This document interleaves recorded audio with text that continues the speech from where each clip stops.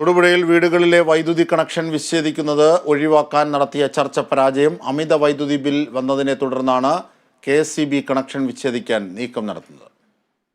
KSEB കരാർ ഉദ്യോഗസ്ഥൻ കൃത്രിമം കാട്ടിയതിനെ തുടർന്ന് അമിത വൈദ്യുതി ബിൽ വന്നിട്ടുള്ള ഉപഭോക്താക്കൾ തുക അടച്ചിരുന്നില്ല. ഇതേ തുടർന്ന് തൊടുപുഴ വെങ്ങല്ലൂർ വേങ്ങത്താനം ഭാഗത്ത് കണക്ഷൻ വിച്ഛേദിക്കാൻ വൈദ്യുതി ബോർഡ് ഉദ്യോഗസ്ഥർ എത്തി. ഇത് പ്രതിഷേധത്തിന് ഇടയാക്കിയിരുന്നു. ആദ്യം മണ്ണാർക്കാട് സണ്ണി സെബാസ്റ്റ്യൻ വീട്ടിലെത്തിയ ബോർഡ് അധികൃതരെ നഗരസഭ ചെയർമാൻ സനീഷ് ജോർജ്, വാർഡംഗം K ദീപക്, വിവിധ രാഷ്ട്രീയ പാർട്ടി പ്രതിനിധികൾ, ഉപഭോക്താക്കൾ എന്നിവർ ചേർന്ന് തടയുകയായിരുന്നു. തുടർ നടപടികൾ ചർച്ച ചെയ്യാൻ നഗരസഭാ ചെയർമാന്റെ ചേംബറിൽ യോഗം ചേർന്നു. എന്നാൽ നടപടികളുമായി മുന്നോട്ടു പോകുമെന്ന KSEBയുടെ വാദത്തെ തുടർന്ന് ചർച്ച പരാജയപ്പെടുകയായിരുന്നു.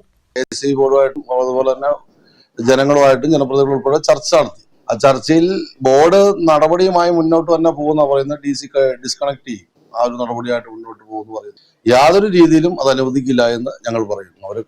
അവരുടെ ജനത്തിന്റെ ഭാഗത്തുനിന്നും ഉള്ള തെറ്റല്ല ഇത്. ബോർഡിന്റെ ഭാഗത്തുനിന്നുണ്ടായ വീഴ്ചയ്ക്ക് ജനങ്ങൾ എന്ത് വിധേന ഇത് സഹിക്കണമെന്ന് പറയുന്ന രീതി ശരിയല്ല. അമിത വൈദ്യുതി ബില്ലിനെ ചോദ്യം ചെയ്ത് കോടതിയുടെ പരിഗണനയിലിരിക്കെ 17 പേരുടെയും വൈദ്യുതി വിച്ഛേദിക്കാൻ പാടില്ലെന്ന് ചെയർമാനും മറ്റു നേതാക്കളും വാദിച്ചു.